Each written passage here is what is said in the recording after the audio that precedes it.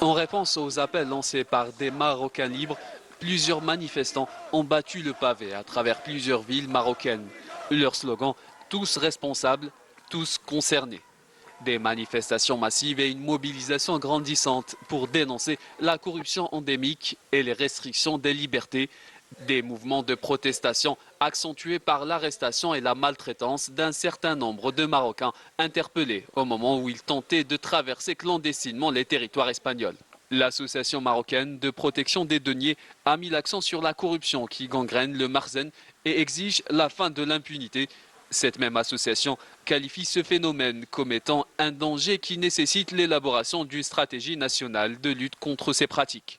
Ces manifestations touchent de nombreux secteurs, allant de la santé à l'éducation, en passant par l'enseignement supérieur. Les manifestations viennent aussi en soutien aux citoyens marocains livrés à eux-mêmes suite aux inondations qui ont frappé plusieurs régions du pays, au même titre que les sinistrés du séisme de l'année dernière.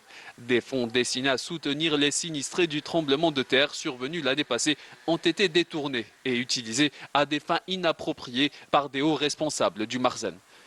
Autre doléance des manifestations massives devant le Parlement marocain à Rabat, la privatisation des services publics et la poursuite du processus de normalisation avec l'entité sioniste et par ricochet le soutien implicite du Marzen au génocide commis contre le peuple palestinien. En témoignent 4000 soldats marocains qui participent au génocide commis par l'entité sioniste à Gaza. L'autorisation d'accostage d'un navire acheminant des armes à cette même entité, mais aussi l'augmentation de 169% des échanges commerciaux avec le gouvernement sioniste. Plus encore, selon des opposants marocains, des soldats sionistes ayant pris part au massacre à Gaza ont été conviés à passer des vacances au Maroc. Les pratiques du Marzen ne se limitent pas uniquement à étouffer les voix opposées à toute normalisation avec l'entité sioniste, mais à la confiscation des terres et habitations de la population vulnérable marocaine et les attribuer aux sionistes.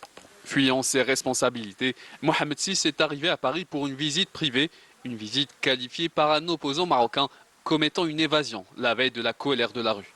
Face à ces mouvements de protestation, la réponse du Marzen a été des plus violentes, répression et arrestation en masse pour faire taire la grogne populaire.